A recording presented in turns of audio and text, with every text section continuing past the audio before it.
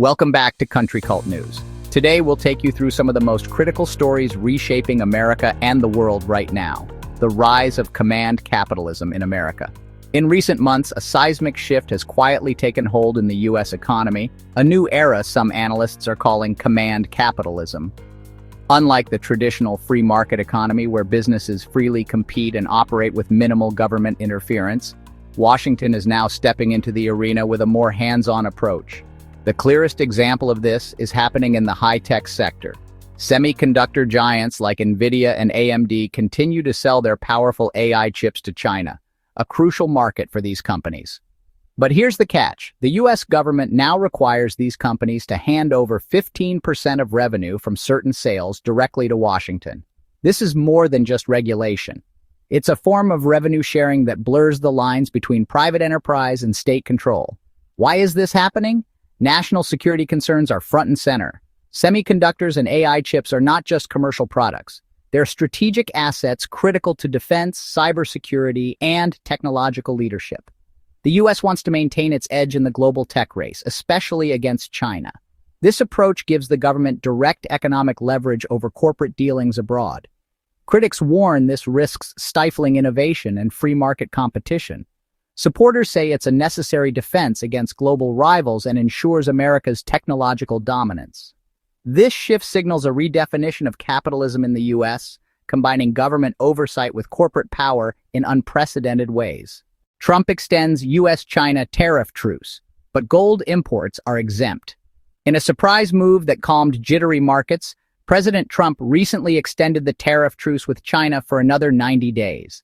This pause buys much-needed breathing room for supply chains and global trade, which have been strained by years of tit-for-tat tariffs.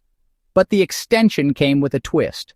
Gold imports remain exempt from tariffs. Gold's role as a global safe haven asset means keeping it tariff-free helps stabilize markets and investor confidence amid ongoing trade tensions.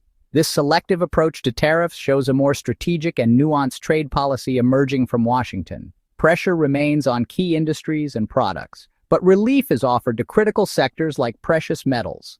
This balance reflects a complex interplay between economic interests and geopolitical strategy. Market response was immediate. Gold prices softened, and tech stocks rebounded on hopes of ongoing negotiations.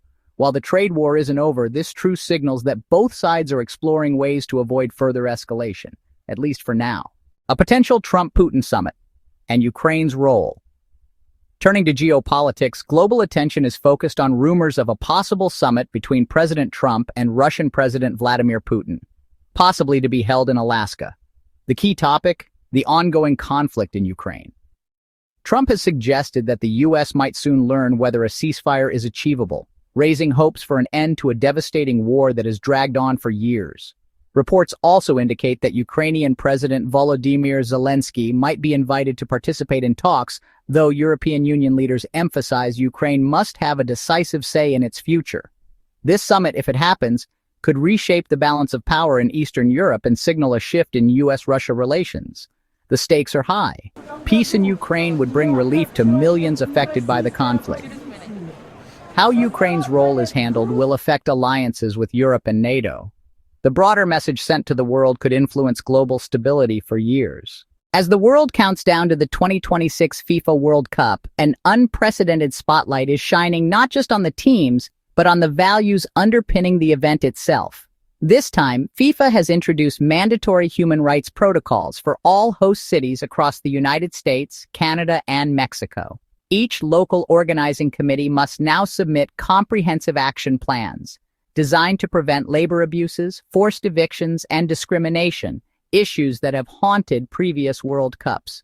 These protocols demand transparency in hiring, fair wages for workers, and community engagement to ensure that neighborhoods aren't adversely affected by stadium construction or infrastructure upgrades.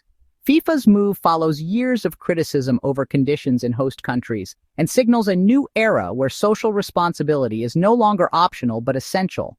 Skeptics warn that true progress will depend on rigorous enforcement and ongoing oversight. Yet this shift marks a significant step. Sports organizations are being held to higher ethical standards, reflecting the values of fans and communities worldwide.